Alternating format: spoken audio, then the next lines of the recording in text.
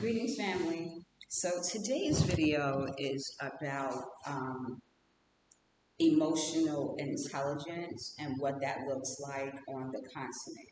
Okay, so the question really is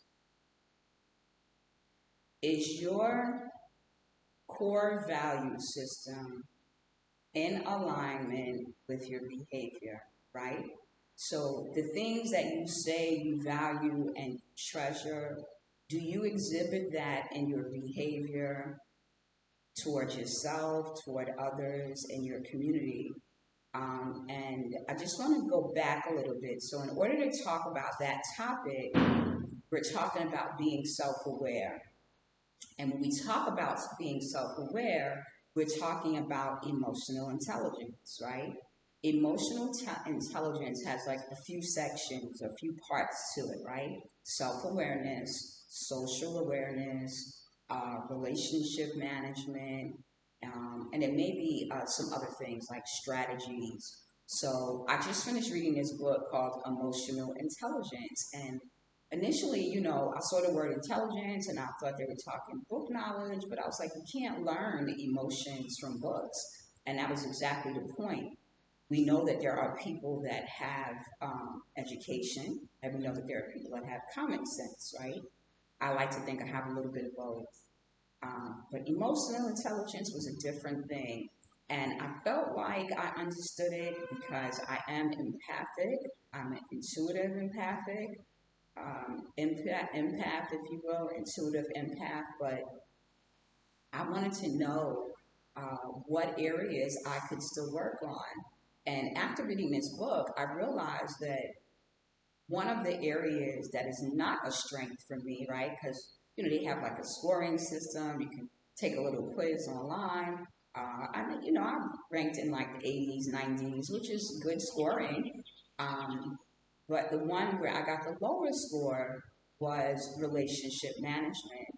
And after I did it, I realized it's true.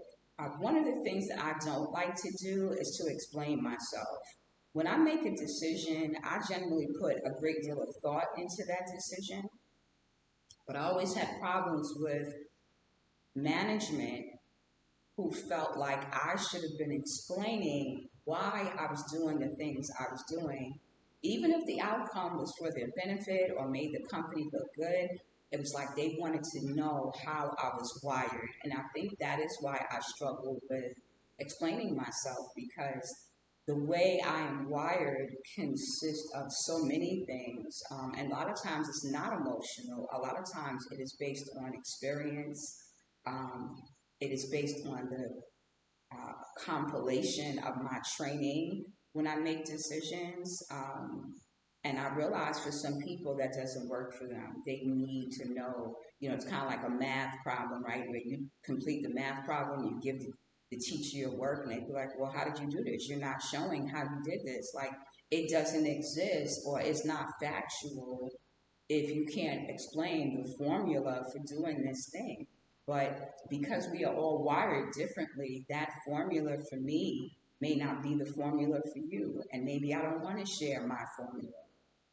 So with that, that is a challenge in relationships, especially relationships at work. And that's why I never really liked working for people, because I would do things and be amazing at what I did, but it was always a problem and I didn't understand why. And now I understand why. I understand why it held me back from promotions, why it held me back from forging or developing rapport with management, because they always felt like I conducted myself like I knew more than them. And that really wasn't the case. It was my own internal system of doing things.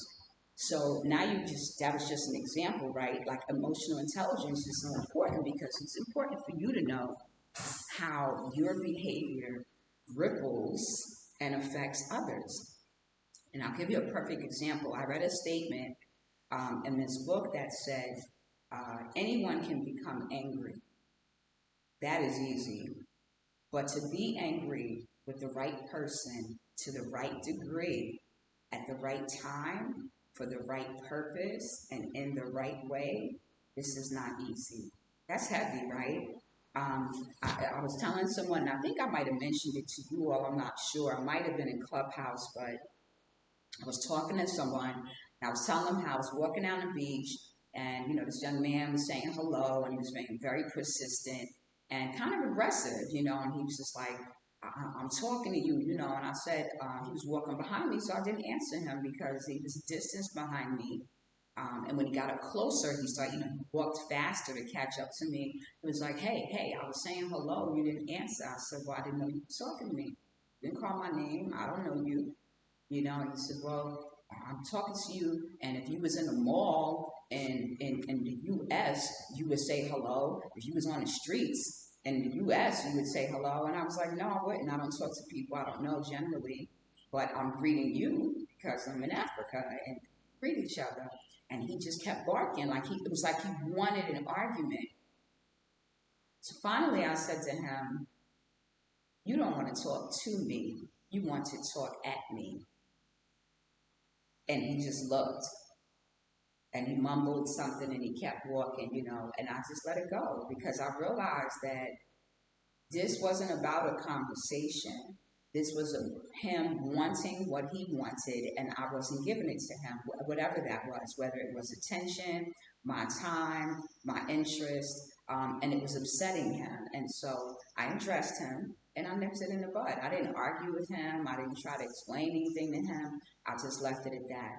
That was me exhibiting emotional intelligence. I checked in with myself where I was, but I checked in with him because I looked at his body language, his tone, his delivery, and I realized that he was in a very different space and it wasn't going to be a conversation. It might have been an argument, but it wasn't going to be a conversation. So I left that alone. So I think it's important when we come to the constant that we exhibit emotional intelligence because whether we like it or not, we have all been influenced by the West, by being in the diaspora, and a lot of us bring that negative behavior to the continent with us. And all I can say is no one's perfect, but we need to be self-aware because if we are self-aware, then we are doing the best job we can do. We realize how our behavior affects other people, short term, long term. We recognize that there's a rippling effect that may not be productive for anyone. So I'm going to share some of the strategies that this book lists for you to check in with yourself. The book is called Emotional Intelligence 2.0. I'm not advertising it, but I think it is a good basic book to explain emotional intelligence to you if you're not aware of what it is. Okay, so it gives you self-awareness strategies, and the self-awareness strategies, right? These are ways for you to be self-aware and how you can exhibit that. Quit treating your feelings as good or bad. Observe the ripple effect from your emotions, which we just talked about. Lean into your discomfort, right? Feel your emotions physically. Know who and what pushes your buttons. Watch yourself like a hawk. Keep a journal with your emotions. Don't be fooled by a bad mood. Don't be fooled by a good mood either. Stop and ask yourself why you do the things you do. Visit your values, right? Are your values in alignment with the behavior that you exhibit, right? So this was like heavy for me because for people to say that they are high vibration and then behave low vibration, that's not in alignment with what you say you believe in. That's like someone who claims to be religious or spiritual, but then you find out they're stealing from people, or they're abusive to people, or they're mistreating people. How is that in alignment with what you claim is your core belief system, right? Food for thought. Visit your values, check yourself, right? It's not like it can't be improved or modified. Spot your emotions in books, movies, and music. We know we do that, right? We have songs that we relate to. We look at certain movies and we get all teary-eyed because it struck a chord. And movies oftentimes are imitation of life, imitation of reality. So you can look at things sometimes, picture that way, and learn from it as well. Hopefully, it's movies that relate to us, that are about us and by us. Seek feedback, right? Go to someone neutral, someone who you know will be truthful to you, and get your information. Get to know yourself under stress, right? How do you behave under stress? The birds are back, y'all. I'll be telling y'all about these birds. Let me see if I can swing them around. They like to fly away as soon as I move. So these are the birds. Can y'all see them? I don't know if y'all can see them or not. There's one up high, and this one. Lift it up. I don't know if y'all can see them or not, but they're there. See them moving. And now they're both together, one on top of the other. Yeah, they just come and chill. Sometimes they tap on the glass. My videos, these last few videos have been bird watching ceremonies. I try to explain this to people, but it's hard to explain how they just roll up on me all the time. But yeah. Okay, so we did that. So that was the first part, talking about the seek feedback, get to know yourself under stress. So now we're going to move to another favorite, which is self-management strategies. We talked about self-awareness. We're going to talk about self-management.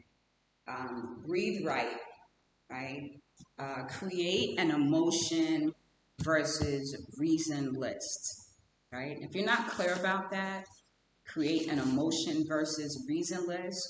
You may not always realize it, but there are many times when you allow your emotions to sway you in one direction while your rational mind is tugging at your shirt to go another way.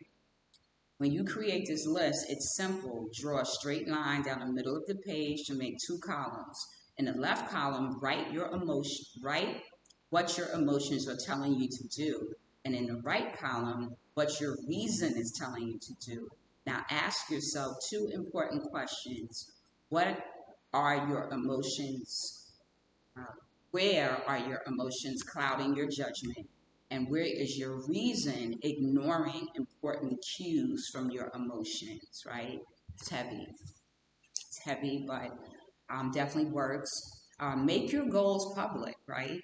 I think I did that with this whole journey, right? Letting you all know that I wanted to come to the continent, how I was coming to the continent, sleep on it. Like sometimes you make the best decisions when you rest. Talk to a skilled self-manager. Smile and laugh more. Set aside some time in your day for problem solving. Take control of your self-talk, right? Never indulge in negative self-talk. Like stay positive, uplift yourself. Give yourself affirmations. Visualize your success. Visualize yourself succeeding. So in this case, visualize yourself in Africa. Visualize yourself where you want to be in life, right? I was reading something that said they had people visualize a sunset, right? And they had people actually see a sunset. And when they monitored the brain, there was no difference. It was indistinguishable.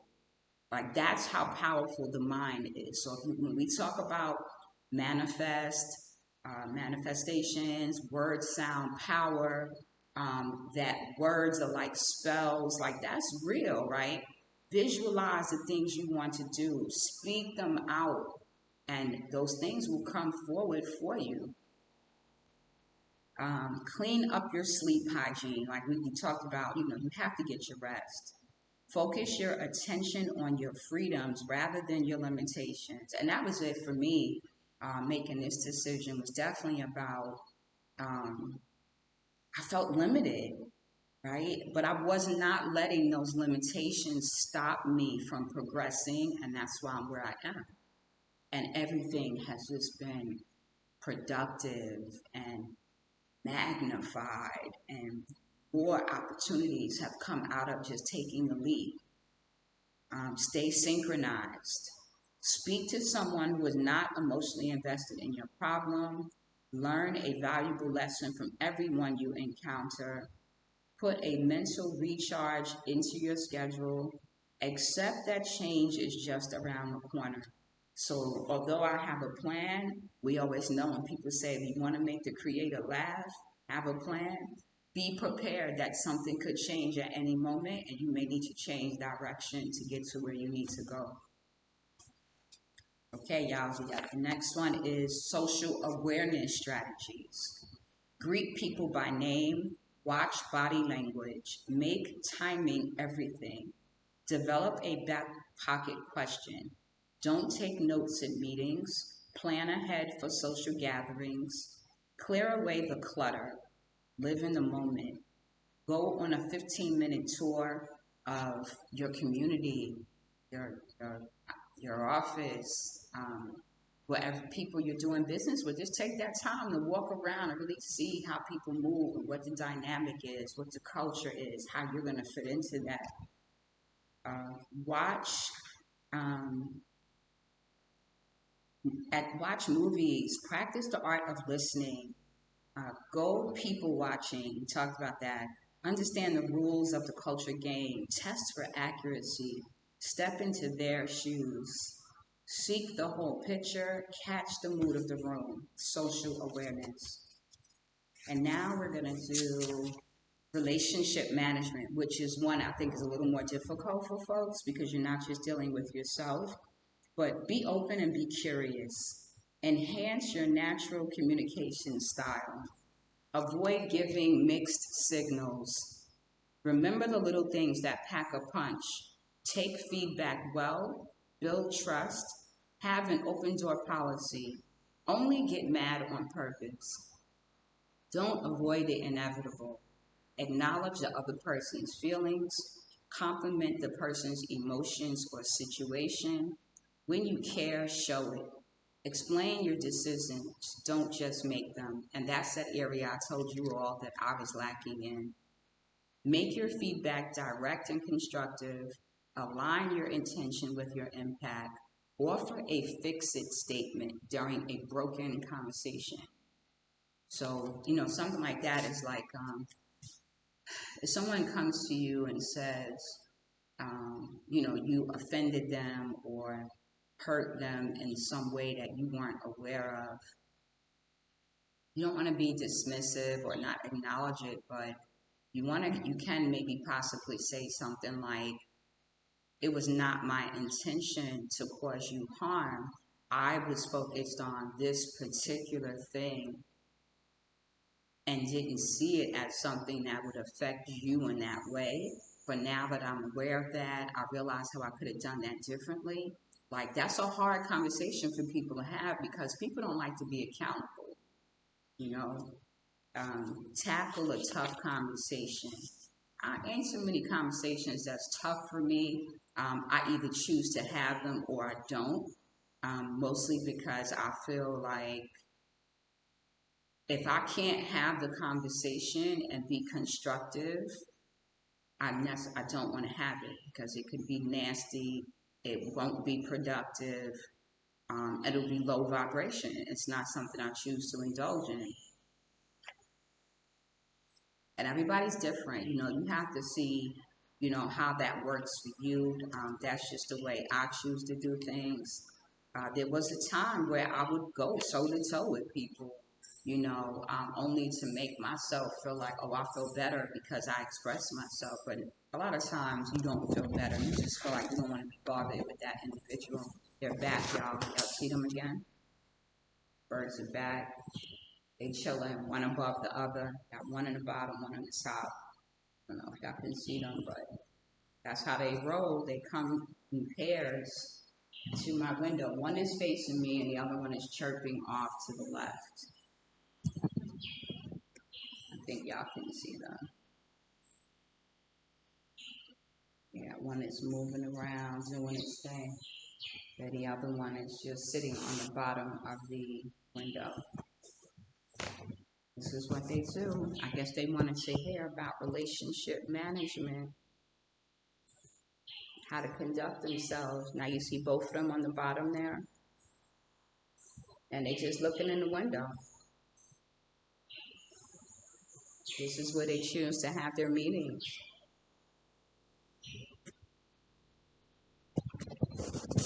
All right, family. So that's emotional intelligence. And if we could use some of those strategies when we come to the continent, I think we'd be a lot more productive with each other in our communities and as we are building relationships with others, because when you exhibit those behaviors, other people exhibit them as well. And that's what we're talking about, that rippling effect. And everybody doesn't have emotional intelligence. They may be intelligent, they may have common sense, but emotional intelligence is a whole nother thing. And that's why we're able to say whether people are immature or delayed or intellectually stunted, because they focus on things that are not productive to them. So I hope that was helpful. I hope you all will look more into emotional intelligence and how it affects you. And thank you for listening. Blessings. I appreciate you all.